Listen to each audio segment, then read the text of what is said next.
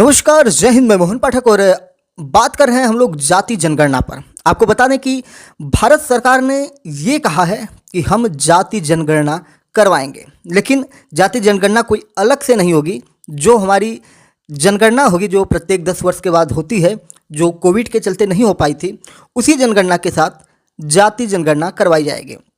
आपको बता दें कि जाति जनगणना भारत का एक बहुत बड़ा मुद्दा था। उत्तर प्रदेश हो, बिहार हो या भारत का कोई अन्य राज्य हो, जहां से विपक्षी दल लगातार ये सवाल उठाते रहे हैं कि जाति जनगणना क्यों नहीं करवाई जाती है। और बिहार में तो एक नारा चलता है, जिसकी जितनी जाति उसकी उतनी भागीदारी करके होता है। तो भारत सरकार को भी समझ में आ गया कि जाति जनगणना कितना महत्वपूर्ण है और एक बार लाओ लगे हाथ करवा ही दें। और जो बचा खुचा मुद्दा विपक्ष का था, उस मुद्दे को भी खा गई भारतीय जनता पार्टी। हम पिछले कुछ महीनों पहले जब इस पर लेक्चर ले रहे थे, कई लेक्चर्स हमने इस पे लिए हैं जाति जनगणना पे, जब इस पे कंट्रोवर्सी हुई है। बिहार जनगणना जब हुई थी, बिहार के अंदर जाति की जनगणना हुई थी, तब भी हमने आपको बताया था कि आरएसएस ने एक मंच से कह दिया था कि भारत में जाति जनगणना होनी चाहिए। और भारत में कितनी जातियां हैं, कितने लोग हैं, कितने धर्म के लोग हैं, किस धर्म में कितने लोग हैं, उन सब की जानकारी हमारे पास होनी चाहिए, जिससे हम अपनी योजनाएं बना सकें। और ये मोहन भागवत का कहना था, और जिसके बाद से हमने आपको बताया था कि जब मोहन भागवत ने कह दिया है, भले ही प्रधानमंत्री नरेंद्र मोदी ने न कहा हो, लेकिन जब मोहन भागवत ने कहा है तो समझ लीजिए कि मोदी ने कहा है। क्योंकि मोहन भागवत की बातों को नरेंद्र मोदी टाल नहीं सकते। आपने देखा होगा कि कल जब बैठक हुई थी एक, जिसमें देश के कुछ ही लोग बैठे थे, जैसे डिफेंस मिनिस्टर थे, हमारे सेनाध्यक्ष थे, और भी एक दो लोग थे, प्रधानमंत्री थे, जिनमें आपके आरएसएस प्रमुख मोहन भागवत भी शामिल थे। मैंने एक लेक्चर लिया था जिसमें आपने सुना होगा।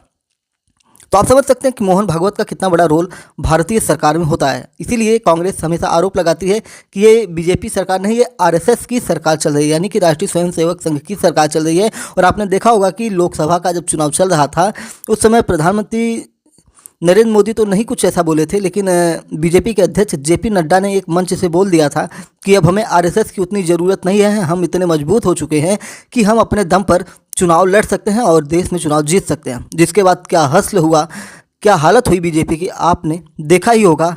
आज बीजेपी स्वयं से बहुमत पर नहीं है, आज अपने एनडीए के दम पर सरकार में बनी हुई है। तो सब मिला जुला के केंद्रीय मंत्री अश्विनी वैष्णव जो है, उन्होंने कहा कि 1947 से जब से भारत आज़ाद हुआ है, तब से जाति जनगणना नहीं करवाई गई। वहीं मनमोहन सिंह ने जाति जनगणना की बात कही थी। कांग्रेस ने जाति जनगणना की बात को केवल अपने फायदे के लिए इस्तेमाल किया।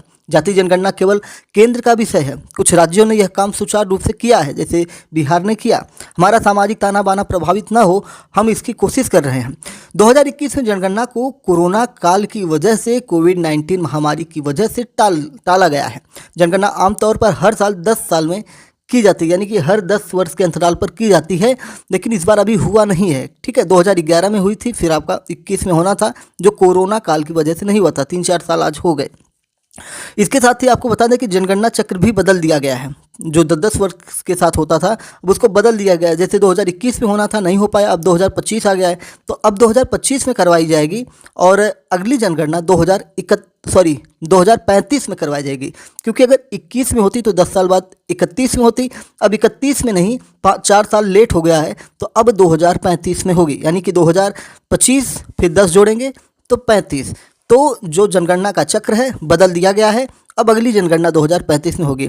कैबिनेट ने कुछ और बड़े फैसले लिए हैं, जैसे शिलांग से सिलचर, जो मेघालय असम का एरिया है, वहाँ पे हाई स्पीड कॉरिडोर बनेगा। 166 किलोमीटर और 6 लेन का ये होने वाला है। नॉर्थ ईस्ट के लिए अहम होगा, जिसमें 22,864 करोड़ रुपए लागत आएगी। सरकार ने 2025-26 के लिए गन्ने की फेयर और रिम्यूनरेटिव, यानी कि सही और पारिश्रमिक संबंधी कीमतें जो है उसको तय कर दी है। इसमें गन्ने का मूल्य 335 रुपये क्विंटल किया गया है, और ये मानक कीमत है। इसके नीचे के दाम पर गन्ना नहीं खरीदा जाएगा, यानी कि कम से कम 355 रुपये क्विंटल गन्ना का दाम आपको देना ही होगा।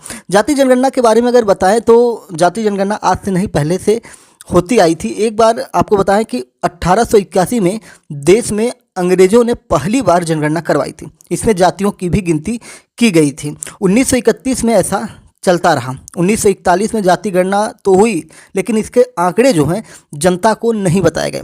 भारत के संविधान निर्माताओं और आज़ाद भारत की पहली कैबिनेट, जिसमें नेहरू, पटेल, अंबेडकर और मौलाना आज़ाद जैसे नेता शामिल थे, उन्होंने ये तय किया कि हम जाति जनगणना नहीं कराएंगे क्योंकि ये समाज में विभाजनकारी है। देखिए, नाम सुनिएगा: पंडित जवाहरलाल नेहरू, सरदार पटेल, भीमराव अंबेडकर, डॉक्टर मौलाना आज़ाद।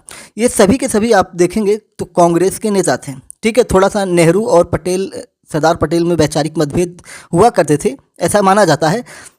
मतभेद तो सभी के बीच में था, लेकिन सभी एक ही पार्टी, एक ही छतरी के नीचे थे और सभी ने कहा कि ये विभाजनकारी हो सकता है। लेकिन इतना दबाव बनाया गया केंद्र सरकार पर, अखिलेश यादव हों, बिहार से तेजस्वी यादव हों, विपक्षी दल के नेताओं ने इतना दबाव बनाया कि अब मजबूरन भारत सरकार को जाति जनगणना करवानी पड़ रही है। आपको बता दें कि आज़ादी के बाद 1951 में पहली जनगणना हुई थी।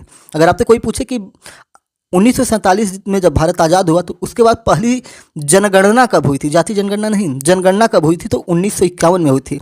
लेकिन इसमें सभी जातियों के बजाय सिर्फ SC ST की गिनती अलग से की गई थी। जनगणना में SC ST की गिनती भी इसलिए कराई गई क्योंकि उन्हें आरक्षण देने की संवैधानिक बाध्यता थी।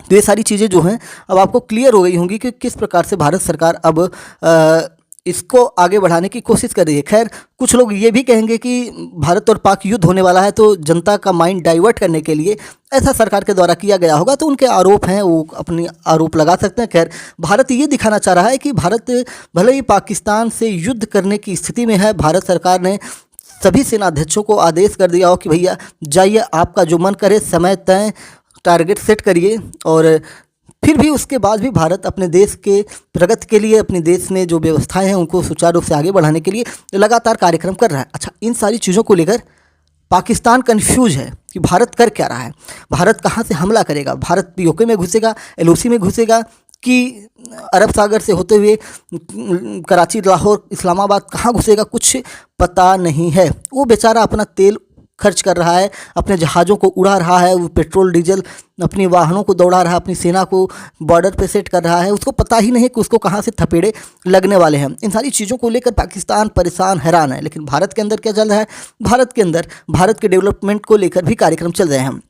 बहुत सारे लोगों ने ये कहा कि प्रधानमंत्री नरेंद्र मोदी जब सऊदी से भारत आए थे, जब पहलगाम हमला हुआ था, और फिर वो अगले दिन बिहार चले जाते हैं, एक जनसभा को संबोधित करते हैं पंचायती राज दिवस के दिन, और फिर उसको आरोप लगाया जाता है कांग्रेस के द्वारा कि नरेंद्र मोदी को रैली करने में बड़ा मजा आता है। लेकिन क्या किया जाए भाई, कार्यक्रम तय हैं, लाखों करोड़ों रुपए खर्च किए गए हैं, लाखों की संख्या में लोग मौजूद हैं। कार्यक्रम को रद्द करना और किसी घटना के प्रति रिएक्ट करना अलग बात होती है। देखिए, प्रधानमंत्री नरेंद्र मोदी वहाँ गए, वहाँ पे बिहार के विकास के लिए बहुत सारी योजनाओं को लॉन्च किया, साथ ही साथ वहाँ पे खड़े होकर अंग्रेजी भाषा में पूरी दुनिया को संदेश दिया कि हम इस आतंकी हमले का जवाब देंगे।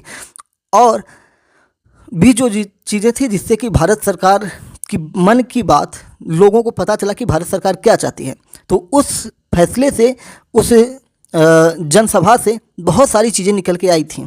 तो आरोप लगाना भाई विपक्ष का काम है। विपक्ष ने तो कल एक पोस्टर भी जारी किया था जिसमें गायब वाला पोस्टर था, जिसमें प्रधानमंत्री मोदी का सर ही नहीं था, सर कलम कर दिया गया था। तो ये सारी चीज़ें थी जिसको लेकर भी विवाद हुआ। बाद में वो फ़ोटो हटा लिया गया। खैर, वो फ़ोटो जो था, फ़ोटो क्या, उस पर पूरा हमने डिटेल एक लेक्चर लिया हुआ है, MPS हिंदी पर पढ़ा हुआ। आप जाएंगे नीचे स्क्रॉल करेंगे तो आपको पूरा डिटेल वीडियो मिल जाएगा। MPS हिंदी पर आप आ ही गए हैं तो चैनल को सब्सक्राइब करके daily current affairs, news analysis के लिए हमारे साथ जुड़ जाइए।